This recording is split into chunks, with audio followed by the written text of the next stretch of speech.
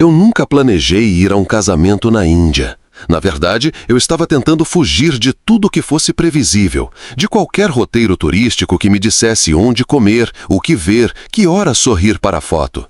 Meu plano era simples: pegar um trem para o sul, descer em alguma estação aleatória no meio do Rajastão e ver o que o destino me reservava. Eu queria o pó da estrada, o gosto da incerteza, a Índia que não está nos cartões postais. E bem, o destino me ouviu até demais. A viagem de trem já era uma sobrecarga sensorial. O cheiro de chá com especiarias se misturava ao odor metálico dos trilhos e ao suor de centenas de corpos espremidos em um vagão que parecia ter o dobro da sua capacidade. Crianças corriam pelos corredores, vendedores ambulantes gritavam suas ofertas numa cacofonia hipnótica e, do lado de fora da janela, uma paisagem árida e poeirenta desfilava em tons de ocre e amarelo. Desci numa cidadezinha cujo nome eu mal conseguia pronunciar.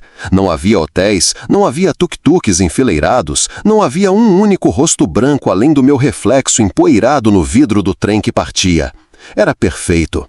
Comecei a caminhar sem rumo pelas ruas de terra batida. As casas eram baixas, pintadas em tons de azul desbotado e rosa, com portas de madeira pesada. Mulheres com sares de cores vibrantes me olhavam com uma curiosidade contida, cobrindo o rosto com o véu, mas sem desviar os olhos. Os homens, sentados em grupos nas varandas, interrompiam suas conversas para me seguir com o olhar. Eu não me sentia ameaçado, mas era uma presença alienígena, um ruído na rotina daquele lugar. O sol era impiedoso. O calor subia do chão em ondas, distorcendo o ar. Eu precisava de água, de sombra, de um segundo para entender onde eu tinha me metido. Foi quando ouvi a música. Não era uma música qualquer. Era um som estridente, uma batida pulsante que parecia vir das entranhas da terra. Uma mistura de tambores, símbolos e um tipo de flauta aguda que rasgava o silêncio do meio-dia. A curiosidade foi mais forte que o cansaço. Segui o som, virando em ruelas cada vez mais estreitas, até que a rua se abriu para um pátio lotado de gente. E que gente! Homens dançavam com um abandono que eu nunca tinha visto, girando, pulando, com os braços para o alto. Mulheres em sares de seda e joias que brilhavam sobre o sol formavam um círculo, batendo palmas e cantando.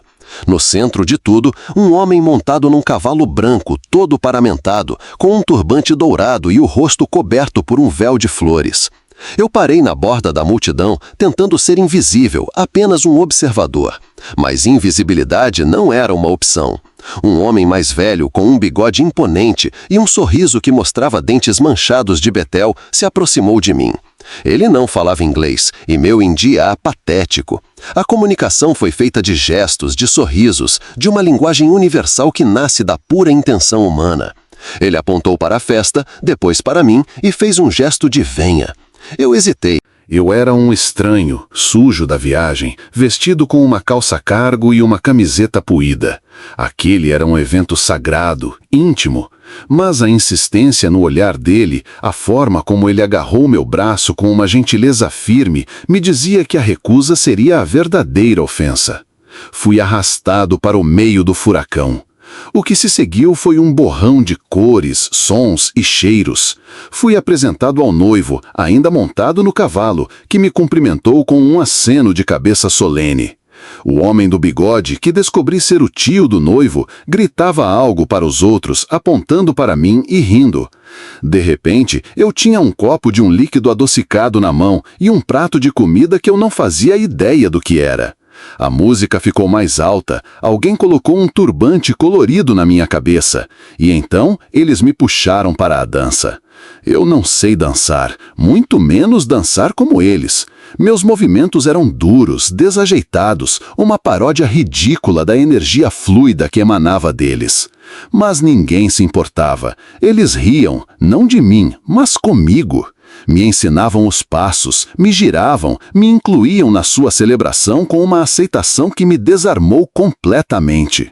O ar estava pesado com o cheiro de incenso, de flores de jasmim, de cardamomo e de suor. O som dos tambores não era apenas algo que se ouvia, era algo que se sentia no peito, uma vibração que sincronizava a pulsação de todos ali. A procissão começou a se mover lentamente pelas ruas. Eu, o estrangeiro de mochila nas costas e um turbante na cabeça, estava no meio dela.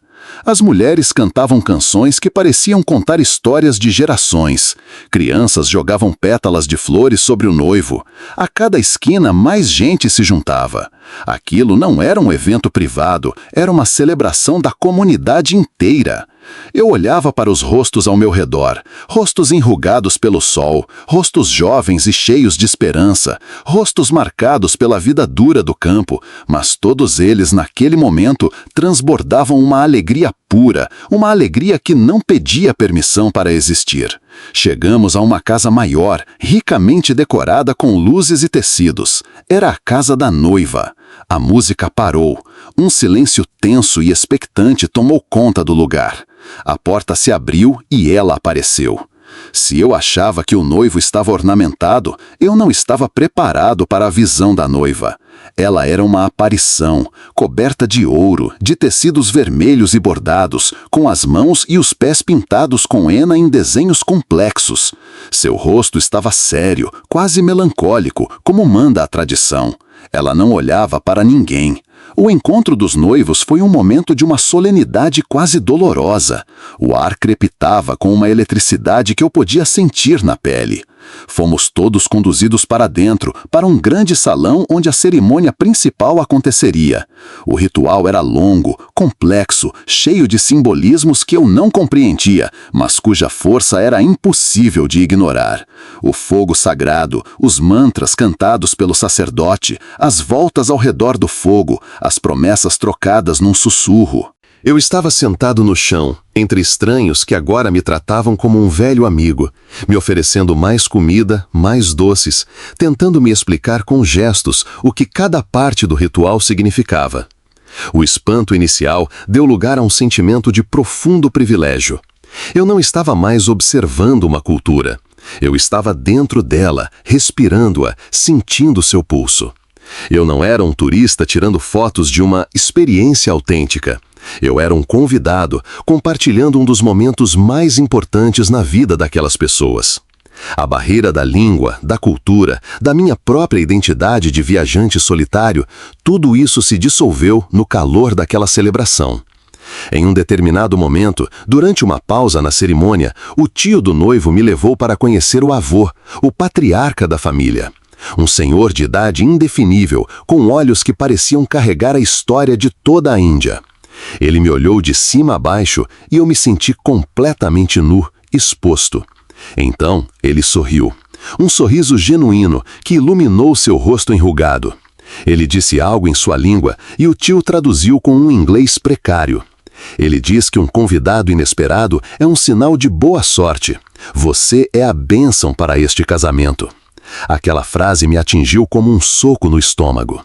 Eu, que cheguei ali por acaso, movido pela minha própria busca egoísta por algo real, estava sendo chamado de bênção.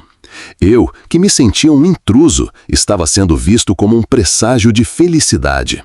A emoção que me dominou não foi mais o espanto, mas uma gratidão avassaladora, uma humildade que me fez sentir pequeno diante daquela generosidade de espírito.